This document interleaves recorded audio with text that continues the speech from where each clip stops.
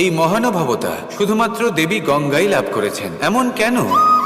কারণ দেবী গঙ্গা যে স্থান থেকে প্রবাহিত হতে শুরু করেন, সেই স্থান থেকেই এই সংসারের সিঞ্চন শুরু হয়ে থাকে। নিজের সঞ্জীবনী শক্তি দ্বারা উনি এই সংসারের মঙ্গল করেন। মানুষের অন্তরের সেই পাপ, নেতিবাচক বোধ, সেই মালিন্য উনি নিজের অন্তরে সমাহিত করেন, সেই মানুষের শুদ্ধিকরণ করেন, আর তার বদলে কিছুই চান না। ঠিক সেভাবেই আমাদের জীবনে এমন কিছু মানুষ আছেন, যদি আমরা তাদের সাহায্য করতে পারি, বিপদ থেকে বেরিয়ে আসার জন্য তাদের প্রেরণা যোগাতে পারি, ওনাদের শক্তি প্রদান করতে পারি, ওনাদের দুঃখ ও যন্ত্রণা আমরা হরণ করতে পারি, আর তার বদলে কিছুই না চাই, তাহলে আমরাও মহান হওয়ার পথে অগ্রসর হয়ে যেতে পারি। হয়তো সেই দিন সকলে আমাদের জয় জয়কার নাও করতে পারেন, কিন্তু সেই দিন আমরা হর হর মহাদেব, হর হর গঙ্গা এই দুই কথার সার অবশ্যই বুঝতে পারব। আসুন আর আমার সাথে ভালোবেসে বলুন, রাধা রাধা। মন্দিরে যখনই কোনো ব্যক্তি গিয়ে মন্দিরের ঘণ্টা বাজান, তখন সেই ধ্বনি শুনে তিনি উপলব্ধি করেন যে ওনার মন শান্ত হচ্ছে। কিন্তু যদি উনি এই ঘণ্টা না বাজান, তাহলে কিন্তু কোনো স্বর উৎপন্ন হবে না। যখন সেটা স্থির থাকে তখন কোনো স্বর উৎপন্ন হয় না। যখন আমরা তাকে আন্দোলিত করি, তখন তার অনুনাদ ঘটায়, ক্রমে অনুরণন ঘটে, আর তারপর এমন ধ্বনি উৎপন্ন হয় যা আমাদের আত্মা পর্যন্ত পৌঁছয় আর মনকে শান্ত করে দেয়। এর থেকে আমরা কি শিক্ষা পাই?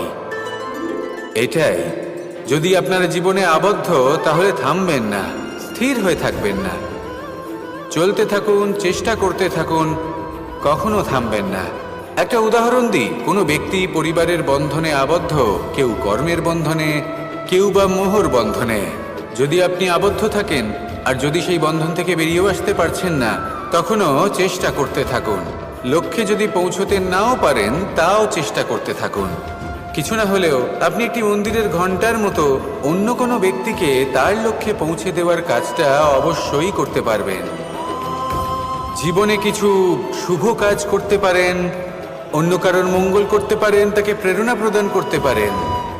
যদি আপনি চেষ্টা চালিয়ে যান, জীবনে কখনোই ব্যর্থ হবেন না। তাহলে এভাবেই চেষ্টা করতে থাকুন আর আমার সাথে ভালোবেসে বলুন, রাধা রাধা।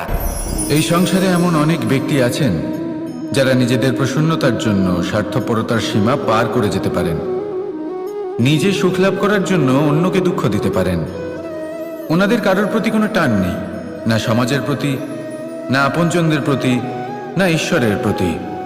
এবার দেখুন, মানুষ যদি কাউকে ভয় নাও পায়, তাও নিজের কর্মের কথা মনে করে অবশ্যই ভয় পাওয়া উচিত। কারণ আপনি যা কর্মই করুন, তার ফল নিজে থেকে আপনার কাছে আসবেই, নিশ্চিত রূপে আসবে। তার থেকে আপনি পালাতে পারবেন না। কেউ নিজের কর্মফলের হাত থেকে বাঁচতে পারে না। স্বয়ং মহাদেবকেও ওনার কর্মফল ভোগ করতে হয়েছিল। উনি কিছু না ভেবেই ভস্মাসুরকে বর দিয়েছিলেন। তার পরিণামস্বরূপ যেটা হলো যে ওই ভস্মাসুর, যাকে মহাদেব বরদান করেছিলেন, তার হাত থেকে নিজের প্রাণ বাঁচিয়ে ওনাকে পালাতে হলো। এই সংসারে এমন কেউ নেই যে নিজের কর্মফলের হাত থেকে বাঁচতে পারে। সবসময় এটা ভেবে দেখুন যে কর্মটা আপনি করছেন সেটা শ্রেষ্ঠ কি না। এমন কর্ম করুন যেটা আপনাকে জীবনে এগিয়ে নিয়ে যাবে। নিজেকে সৎ পথে রাখুন, কিন্তু এটাও সুনিশ্চিত করুন যে জীবনে যে কর্ম আপনি করছেন তাতে অন্য ব্যক্তির উপর কি প্রভাব পড়ছে, তাতে উনি দুঃখ পাচ্ছেন না তো। যদি আপনি যা করছেন তাতে সবার মঙ্গল হয়ে থাকে, তাহলে আপনার কাউকে ভয় পাওয়ার কোনো প্রয়োজন নেই। না কালকে ভয় পাবেন, না মহাকালকে। আসুন আমার সাথে ভালোবেসে বলুন, রাধা রাধা। এই সংসারে আপনার সব থেকে বড় বন্ধু কে? কেউ বলবেন ছোটবেলার বন্ধুরা, কেউ বলবেন মাতা পিতা, কেউ বলবেন ঈশ্বর। এবারে বলুন যে এই সংসারে আপনার সব থেকে বড় শত্রু কে? কেউ বলবে আপনার বিরোধী, সেই ব্যক্তি যে আপনাকে হিংসে করে, বা আপনার নিজের অহংকার, আপনার কুকর্ম।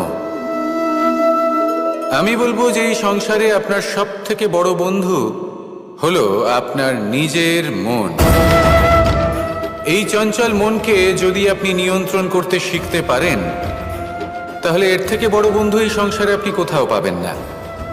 সেখানেই যদি এই মন আপনাকে বশ করে ফেলে, তাহলে সংসারে এর থেকে বড় শত্রুও আপনি কোথাও পাবেন না। সেই জন্য এই সংসারকে নিয়ন্ত্রণ করার চেষ্টা ত্যাগ করুন। প্রথমে এই মনকে নিয়ন্ত্রণ করতে শিখে যান, তাহলে এই জীবন নিজে থেকেই সাফল্যের পথে অগ্রসর হবে। আর তখন এই মন প্রসন্ন হয়ে বলবে, রাধা রাধা। জ্ঞান, এই সংসারের এই জীবনের আধার হলো জ্ঞান।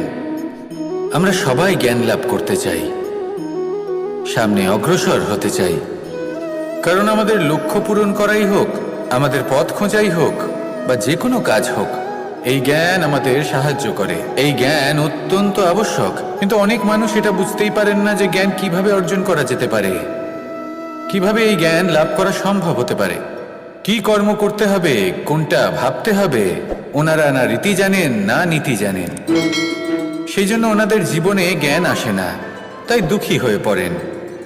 আর এখানে বলি, দুঃখ পাওয়ার কোনো কারণ নেই। আপনার জীবনে জ্ঞান আসেনি, এটা কোনো লজ্জার বিষয় নয়। লজ্জার বিষয় হলো এটা যে জ্ঞান লাভের জন্য আপনি প্রস্তুতি নন, আপনি তৎপর নন, আপনি চেষ্টাই করছেন না। অজ্ঞানী হওয়া কোনো খারাপ বিষয় নয়, কিন্তু জ্ঞান লাভের পিপাসা না থাকা, এটা হলো সবথেকে বড় দোষ। তাই সবসময় জ্ঞান লাভের জন্য প্রস্তুত থাকুন আর চেষ্টা করতে থাকুন। আসলে নির্বাচনটা আপনাকে করতে হবে যে আপনি অজ্ঞানী থেকে জ্ঞানী হয়ে উঠতে চান, নাকি জ্ঞানী থেকে আবার অজ্ঞানী হয়ে উঠতে চান। আসুন আমার সাথে ভালোবেসে বলুন, রাধা রাধা।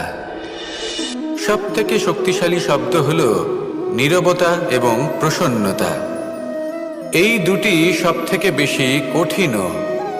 এবার আপনি বলবেন, এতে কঠিনের কি আছে? না, ক্ষেত্র বিশেষে নিজে নীরব থাকা হলো অত্যন্ত কঠিন। আর তার থেকেও বেশি কঠিন হলো বিকট পরিস্থিতিতে নিজেকে প্রসন্ন রাখা। কিন্তু যদি আপনি এটা শিখে যান, তাহলে এই নীরবতাই আপনাকে জীবনে অনেক বড় বড় সমস্যার হাত থেকে বাঁচাবে। এই প্রসন্নতা আপনাকে বিকটতর পরিস্থিতি থেকে বেরিয়ে আসতে শক্তি যোগাবে। তাই এই গুণ আত্মসাৎ করুন আর আমার সাথে ভালোবেসে বলুন, রাধা রাধা।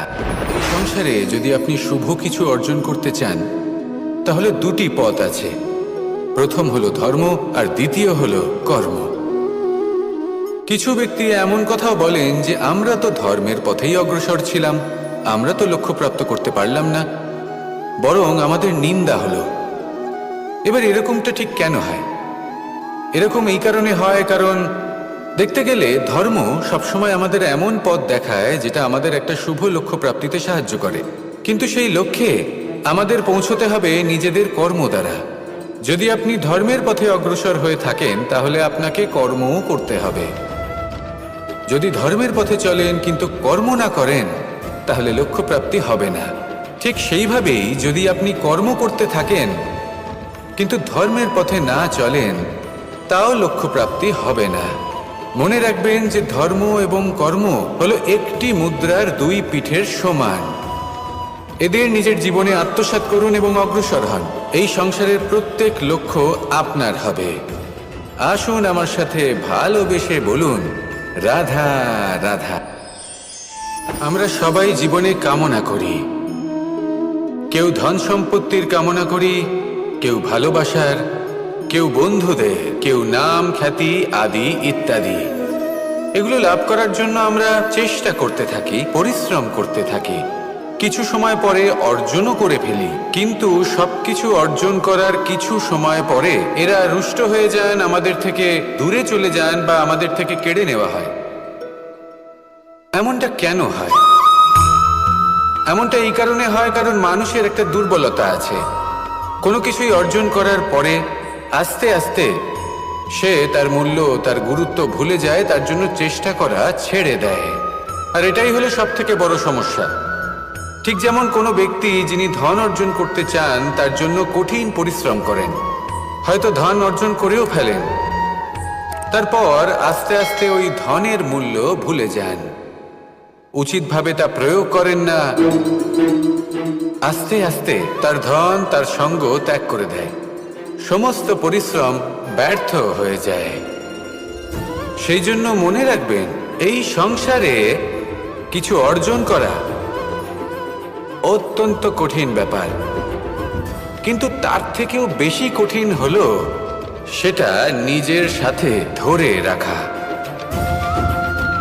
তাই জীবনে যখনই আপনি কিছু অর্জন করবেন তার গুরুত্বটা বুঝুন, আর তারপরে সময় সময় তার মূল্য নিজেকে স্মরণ করাতে থাকুন। কৃতজ্ঞ থাকুন যে আপনার পরিশ্রম আপনাকে এই ফল দান করেছে, আর চিরকাল পরিশ্রম করুন, তবেই আপনি যেটা লাভ করেছেন সেটা আপনার কাছে থেকে যাবে। আসুন আর আমার সাথে ভালোবেসে বলুন, রাধা রাধা। রাজা দশরথ ছিলেন রঘুকুলের অত্যন্ত শ্রেষ্ঠ রাজা, কিন্তু একটা সমস্যা ছিল। অনেক অনেক চেষ্টা সত্ত্বেও, পুজো অর্চনা করা সত্ত্বেও ওনার কিছুতেই সন্তান লাভ হচ্ছিল না। প্রজারা চিন্তিত ছিলেন যে এর পরে কি হবে, এই রঘুবংশকে কে এগিয়ে নিয়ে যাবে। কিন্তু রাজা দশরথ এই চিন্তা থেকে মুক্ত ছিলেন, কারণ ওনার শ্রবণ কুমারের অন্ধ মাতা পিতার দেওয়া সেই অভিশাপের কথা মনে ছিল। যখন ভুলবশত রাজা দশরথের বাণ দ্বারা শ্রবণ কুমারের মৃত্যু হয়, তখন শ্রবণ কুমারের মাতা পিতা রাজা দশরথকে অভিশাপ দিয়েছিলেন যে তুমিও নিজেই এইভাবে নিজের সন্তানের বিয়োগে, দুঃখে, যন্ত্রণায় কাতর হয়ে মৃত্যু লাভ করবে। এটা ওনার মনে ছিল। উনি মনে করতেন যে এই অভিশাপ যখন উনি পেয়েছেন তখন তো অবশ্যই ফলবে। আমি আমার সন্তান বিয়োগে মৃত্যু লাভ করব, এর অর্থ হলো এটাই যে আমার সন্তান প্রাপ্তি হবে। সেই অভিশাপই ওনার জীবনে বরদান রূপে ফিরে এলো। যখন সঠিক সময় এলো তখন উনি 4 পুত্র লাভ করলেন, আর তারপর কি হলো সেটা আমরা সকলে জানি। এবার এর থেকে আমরা কি শিক্ষা লাভ করলাম? যে জীবনে এই সমস্যা, এই সংকট বা কঠিন পরিস্থিতি এসব তো আসতেই থাকবে। নিয়তিকে আমরা পাল্টে ফেলতে পারবো না, যেটা হবার সেটা অবশ্যই হবে। তাই যেটা হচ্ছে সেটা আনন্দের সাথে যাপন করলে কেমন হয়? প্রত্যেক সমস্যার মধ্যে কোথাও না কোথাও আনন্দ আছে, সেই আনন্দ খুঁজে বের করতে চেষ্টা করুন। সমস্যার মধ্যে থেকে আনন্দটা খুঁজে নিয়ে সেটাকে মনে ধরে রাখুন, এই আনন্দের সাথে অগ্রসর হন, আর এই আনন্দ সহকারে বলুন, রাধা রাধা। প্রত্যেক মানুষ জীবনযাপন করেন, কিন্তু প্রত্যেক মানুষ বেঁচে থাকার রসদ জোগাড় করতে পারেন না। তাহলে কি করা যায়? জীবনের রসদ কিভাবে জোগাড় করা যায়? কিভাবে আমাদের চেষ্টা করে যাওয়া উচিত? আমাদের কি করা উচিত? কিছু কাজ আছে যেগুলো আপনাদের করতে হবে। সর্বপ্রথম, জীবনে যখনই কোনো সমস্যা আসবে তখন নিরপেক্ষভাবে তার সম্মুখীন হন। তা সে যে সমস্যাই হোক, সেটা সমাধান করার জন্য আপনাকে শুভ পথ নির্বাচন করতেই হবে। তারপরে যদি আপনার হাতে কখনো ক্ষমতা আসে, সেই মুহূর্তে আরো বেশি বিনম্র থাকতে হবে। আপনি ধন অর্জন করলে তখন অহংকার জাগ্রত হতে দিলে চলবে না। আপনি যদি শক্তিশালী হয়ে ওঠেন, তাও অহংকার জাগ্রত হলে চলবে না। জীবনে যখনই ক্রোধ হবে তখন নিজেকে নিয়ন্ত্রণ করুন, আর ভেবে দেখুন যে যদি এই মুহূর্তে আপনি ক্রোধ দেখান তাহলে তার পরিণাম কি হবে। এর ফলে কি কিছু শুভ ঘটনা ঘটবে নাকি অশুভ কিছু ঘটবে? শুধু এই কটা কাজ নিজেদের জীবনে আত্মসাৎ করুন, জীবন যাপন অত্যন্ত সহজ হয়ে যাবে। আসুন আমার সাথে ভালোবেসে বলুন, রাধা রাধা। আমরা সবাই জীবন সুখ আর শান্তিপূর্বক অতিবাহিত করতে চাই। আমরা সবাই এটাই চাই যে আমরা সবাই স্বাধীন থাকব, আর এই স্বাধীনভাবেই আমরা জীবনে অগ্রসর হব। আর যখন কোনো ব্যক্তি আমাদের এইসব কিছু করতে বাধা দেন তখন আমরা তার উপর রুষ্ট হই। কিন্তু সত্যিটা ঠিক এর বিপরীত। কখনো কখনো এই ব্যক্তি অজান্তেই আমাদের এটা ভাবতে বাধ্য করে দেয় যে আমরা যেটা করছি সেটা কোথাও অনুচিত নয় তো। জীবনে অগ্রসর হতে হতে, সুখ খুঁজতে খুঁজতে, স্বাধীনতা খুঁজতে খুঁজতে আমরা অনুচিত কিছু করছি না তো? এটা বোঝা অত্যন্ত প্রয়োজনীয়। আর এটাই আমরা বুঝবো একটা উদাহরণ দ্বারা। কখনো কোনো উপবনে যাবেন আর গিয়ে ওখানকার মালিকে দেখবেন কি করে। কিছু সময় অন্তর ও ঘাস আর আগাছা কেটে পরিষ্কার করে। আর এরকমটা কেন করে? সে নিজেই তা রোপণ করে, নিজেই পরিশ্রম করে, আর তারপর নিজের পরিশ্রমকে কেটে ফেলার কি অর্থ হতে পারে? এরকমটা সে কেন করে? এরকম সে করে যাতে ঘাস এবং চারা সবাইকে নিয়ন্ত্রণে রাখতে পারে, আর সেই উপবনকে সে সুন্দর এবং মনোগ্রাহী করে রাখতে পারে। এটাই হলো ওর উদ্দেশ্য। এবার ভাবুন যে সেই ব্যক্তি আপনার জীবনে সেই কাজটাই করছে। আপনার জীবনে সে মালি হয়ে আসে আর কোনো শুল্ক ছাড়াই আপনাকে সে আরো উত্তম ব্যক্তি করে তুলছে। তাই মনে মনে ওনার প্রতি কৃতজ্ঞ থাকুন আর আমার সাথে ভালোবেসে বলুন, রাধা রাধা। গীতা আর আমি। চিরকাল বলা হয় কর্ম করো, কর্ম করতে থাকো। কিন্তু শুধুমাত্র কর্ম করাটাই পর্যাপ্ত নয়। কর্ম কিভাবে করা হচ্ছে, কোন দিশায় করা হচ্ছে সেটা বুঝতে পারাটাও অত্যন্ত আবশ্যক। ভাগ্যের ভরসায় থাকবেন না। ভাগ্যের দ্বার যদি বন্ধ থাকে তাহলে নিজের কর্ম দ্বারা আপনি সেই দ্বার খুলে দিতে পারেন। এবার আপনার পথে যদি কোনো বড় পাহাড় চলে আসে তাহলে আপনি কি করবেন? ভাগ্যের ভরসায় বসে থেকে হাহাকার করলে তো হবে না। ভাববেন যে আমার ভাগ্যে এটা লেখা আছে তাই এই সমস্যা নিজে থেকেই পথ থেকে সরে যাবে। না, আপনাকে কর্ম করতে হবে। নিজের কর্মের দ্বারা এমন কোলাহলের সৃষ্টি করুন যাতে ভাগ্য নিজেই আপনার জন্য সেই দ্বার খুলে দেয়। কর্মের কোলাহল কিছুটা এমন হওয়া উচিত যে সেই বাধা যেন আপনার কোলাহল শুনে নিজে থেকেই আপনার পথ থেকে সরে যায়। কর্ম করুন, কিন্তু এটা ভেবে কর্ম করুন যে কিভাবে আপনি কর্ম করছেন, কোন দিশাতে আপনি কর্ম করছেন। দিশাহীনভাবে আপনি যতই কর্ম করুন না কেন কোনো লাভ হবে না। কখনো সৌভাগ্য লাভ করতে পারবেন না। কর্ম করুন, বুঝে শুনে করুন।